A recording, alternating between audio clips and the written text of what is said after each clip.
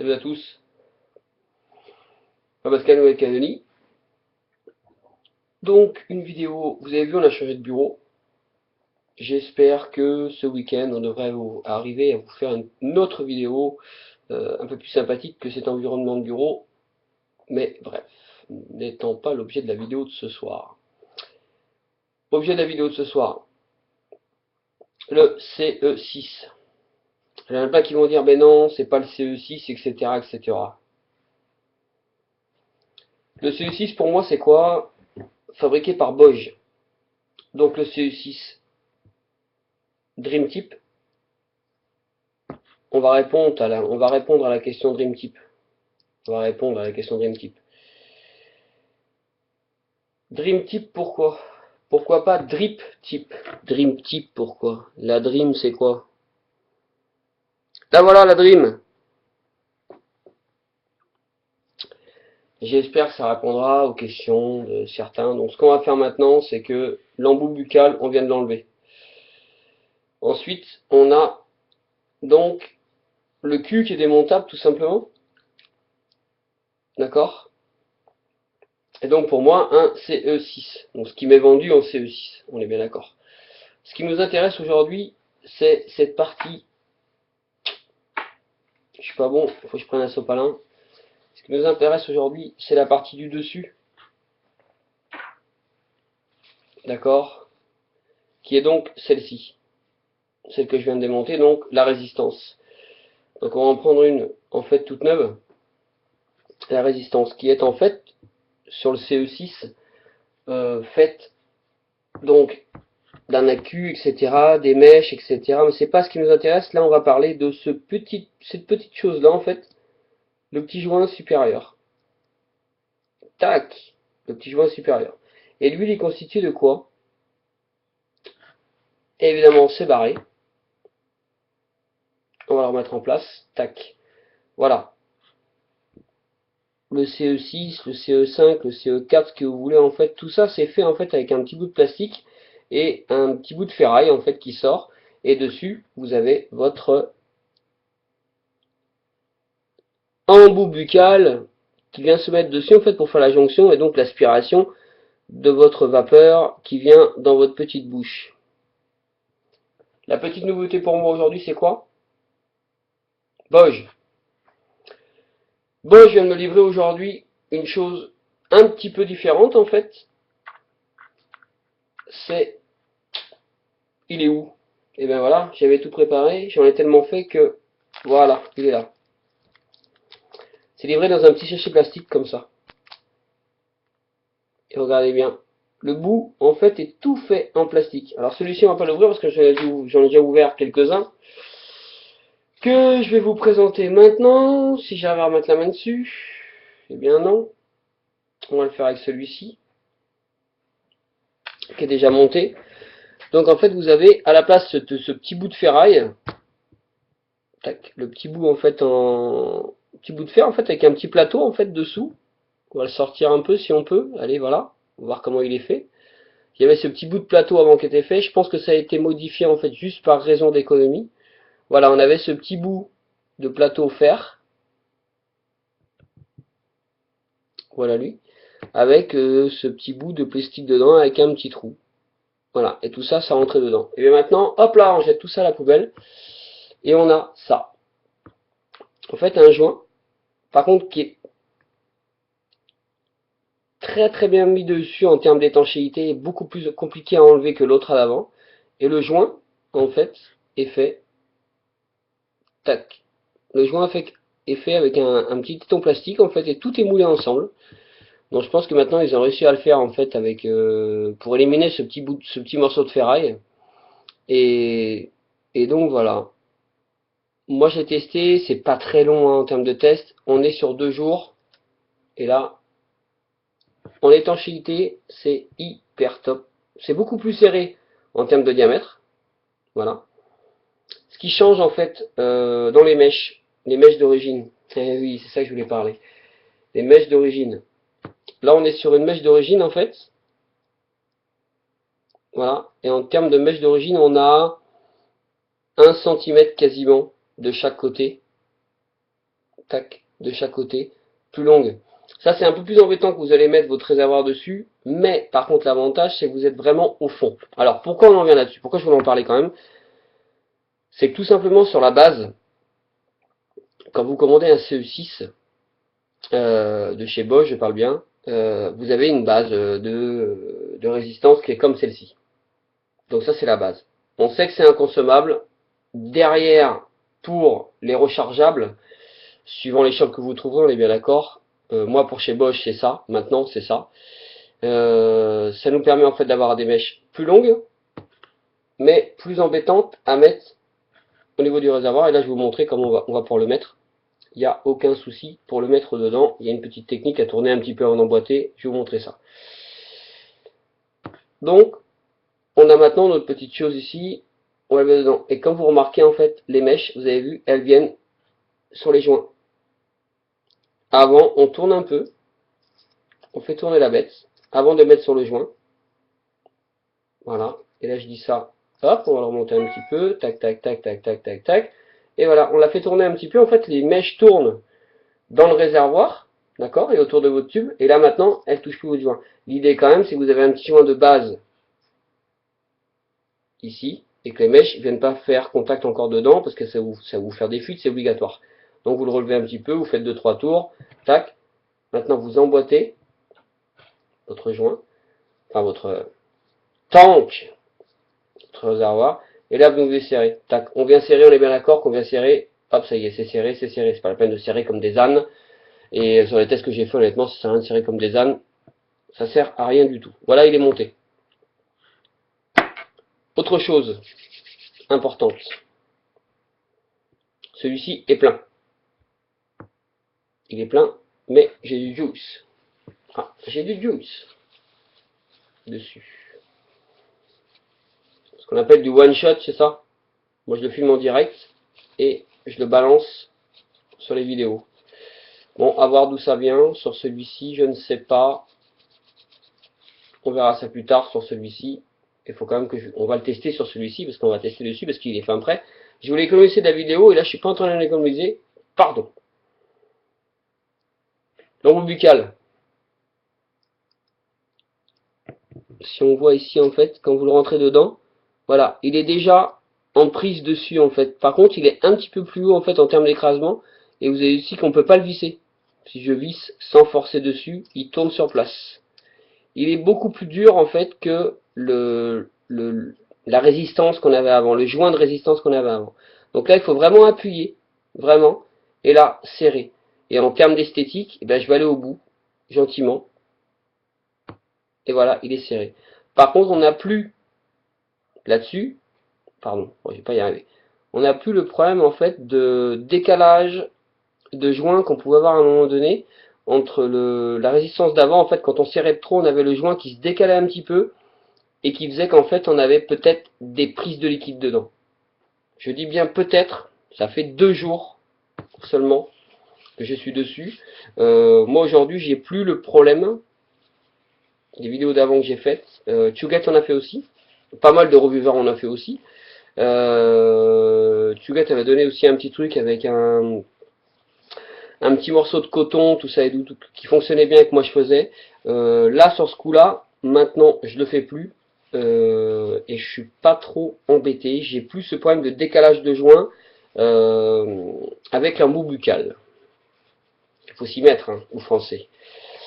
Donc voilà. Donc plus de problème de là. Depuis 2 jours, pas de problème de joint. J'ai vraiment testé en disant je le mets dans ce sens-là et je vois ce que ça donne. On peut avoir des problèmes de fuite. Par contre ici. Et là, c'est pas très bien résolu pour l'instant. Maintenant, ceux qui le serrent au taquet, il n'y aura pas de problème de genre. Moi, j'aime pas serrer les choses au taquet à fond, tout le temps, tout le temps, tout le temps. Donc, évidemment, j'ai toujours un peu de problème de juice. Il faut pas dire juice, donc de liquide, qui sort sur les côtés. Donc, voilà. Je teste les choses à essayer de pas serrer au taquet. Maintenant, c'est vrai que de temps en temps, il faudrait. Bon, voilà. On est réparti sur cette petite chose-là. Donc, là, on a un peu de fuite. Je sais pas d'où ça vient, il va falloir qu'on réfléchisse là-dessus. Bah si évidemment je vous ai pas encore parlé d'autre chose, je zappe, je zappe les choses. Donc là, on est sur un pôle positif. On est sur un pôle positif avec ressort. Ici. Je sais pas si vous voyez bien. Bon, croyez-en mon expérience. Là, on est sur un pôle positif avec ressort, ce qui est assez agréable. Gros défaut. Il y a un défaut sur ce pôle positif ressort. Quand vous venez visser sur votre batterie du neuf, ça fonctionne pas forcément systématiquement. En fait, sortie d'usine, il y a une petite peinture qui est posée dessus, qui fait que euh, qui fait qu'en fait, il n'y a pas forcément un contact direct. Donc, n'hésitez pas. Droite, gauche, droite, gauche, droite, gauche. D'accord? On joue avec, on visse, on dévisse. Alors ça, ce que je vous dis là, c'est pas à chaque connexion, on est bien d'accord, une fois que ça sera fait. Une fois que c'est fait, c'est fait. On est bien d'accord. C'est juste enlever cette petite pellicule d'usine pour que la connexion se fasse correctement. Je vous dis ça parce que j'ai pas mal galéré sur quelques kits. Et donc voilà, donc le pôle avec ressort, très très bien. Voilà, quoi rajouter de plus? Quoi rajouter de plus? Qu'est-ce que nous disent les Chinois? Boj. On est sur une résistance entre 2 et 2,2. Non, je me raconte des conneries. Ils annoncent entre 2 et 2,4 ohms. Ils se laissent une grosse marge de manœuvre, on est bien d'accord. Hein. Donc qu'est-ce que j'ai fait? C'est pas encore, on est bien d'accord, la meilleure façon de tester les résistances. Le SVD. On va le poser dessus. Voir un petit peu ce que ça vaut. De là, comme d'hab, hein, je ne veux pas serrer de trop. Ah, alors lui, évidemment, il déconne. Tout à l'heure, il m'annonce 2,4 et maintenant, pendant la vidéo, il faut qu'il m'annonce beaucoup plus. Bah oui. Alors, là, maintenant, il m'annonce... Ah, voilà. C'est parti. Il y arrive. 2,4 ohms. On va le faire devant vous. On va essayer. Voilà. Il les annonce 2,4 ohms. Donc en fait, il annonce le taquet de ce que nous annoncent nos amis chinois, donc Boj. Donc voilà, donc je pense que ça varie suivant comment on vapote, les saveurs, etc., etc. Bon voilà. Je sais que maintenant le ETAS SDV, SVD, pardon, n'est pas forcément le top du top. On reprend. Maintenant celui-ci est plein. Donc vous avez vu, vraiment, on a un problématique pour visser. Il faut appuyer un petit peu. C'est plus comme avant en fait. Il faut appuyer un petit peu. Et voilà, là on est bien. On est pas mal. J'ai une petite fuite à la queue quand même. J'ai aussi ces problèmes de choses comme ça qui sont sertis. On a des problèmes avec le sertissage quand même. Vraiment. Alors je vous balance plein de problèmes, hein, je vous balance plein de problèmes, sauf que ça vraiment c'est ma vape, c'est vraiment quelque chose que j'aime bien. Moi je mets mes potes là-dessus. Il n'y a pas trop de problèmes, grosse problématique avant. Je sais pas si ça va changer sur ce type de résistance là. Ça tombe de la table, ça tombe de la poche par terre, la résistance elle est claquée, c'est mort. Vous irez pas plus loin, ça claque de suite. Donc avec celle-ci, je les ai donné à un bon copain à moi, qui vient de se mettre à la vape il y a un petit mois maintenant. Bonne nouvelle, elle a arrêté la clope, en tous les cas la tueuse. Et par contre c'est un gros testeur parce que alors lui il casse tout, il fait tout tomber, c'est une horreur. Il perd tout, il casse tout, bon bref. Donc là on est parti là-dessus avec lui, je pense que sur ces résistances-là, elles ont l'air d'être un petit peu mieux faites en tous les cas. Pas en termes de finition, quand on regarde au cul, on va regarder au cul, c'est important en termes de... Voilà, ben moi aussi je fais tout tomber. En termes de cul, je vais l'ouvrir. Je vais en ouvrir une autre. Parce qu'il faut quand même que je vous montre, c'est une chose que j'ai pas... En fait ici vous avez un terme grossier, je sais pas si vous allez voir entre le joint, voilà, vous avez vu le joint là, il lève. Il lève, il lève, il lève, il lève, il lève, il lève, il lève, il lève, et après il referme. Voilà. Et en fait on a le pôle négatif, en fait, qui est pris entre le joint, pour ceux qui connaissent. Ceux qui connaissent pas, en fait, c'est un peu plus embêtant, mais en fait, c'est un peu plus grossier. Pourquoi? Parce que je pense qu'ils utilisent tout simplement un fil résistif plus gros. Parce que là, ces résistances-là sont vendues directement, non pas comprises dans le kit, avec un kit Igo et un Cliro. Donc en fait, ils mettent un petit peu plus de cam quand même. Les mèches sont plus grosses, il y en a toujours 3, et sont plus longues, donc ils sont plus généreux. C'est pas ça qu'on parlait. Moi, pour moi, le joint au-dessus là, ici, avec de la ferraille en moins, est pas mal du tout. Je retrouve exactement la même vape, on va le trouver tout de suite. Et surtout, je pense, un consommable plus sympathique. On jette du plastique qui est l'économie, comme on l'appelle, l'économie, tout ça et tout. Enfin bref, toujours est-il que vous allez forcément trouver le mot. Moi, devant la caméra, je ne l'ai pas trouvé. Écologique. Une petite batterie 1100 mAh. Petite chose que tout le monde utilise. Avec un Cliro qui n'a pas beaucoup changé, mais avec un embout entre le Cliro et l'embout buccal qui fait une jonction honnêtement parfaite et pas de décalage. Par contre, il n'y a aucun décalage dessus. On est parti, ça fonctionne pas mal. Normalement, ça devrait bien fonctionner.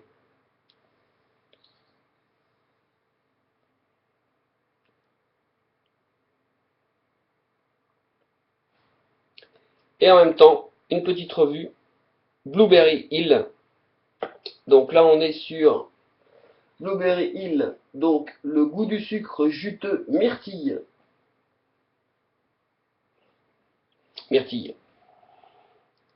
On est en 12 mg de chez V. Non, j'allais raconter une bêtise, on n'est pas chez VDLV, on est chez Ici Guizard.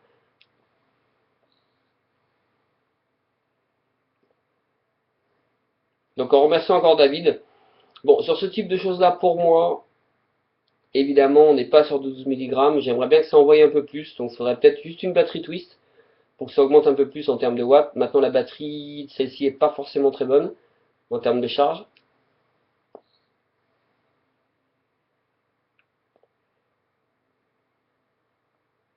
Par contre, en myrtille, on en prend plein la gueule.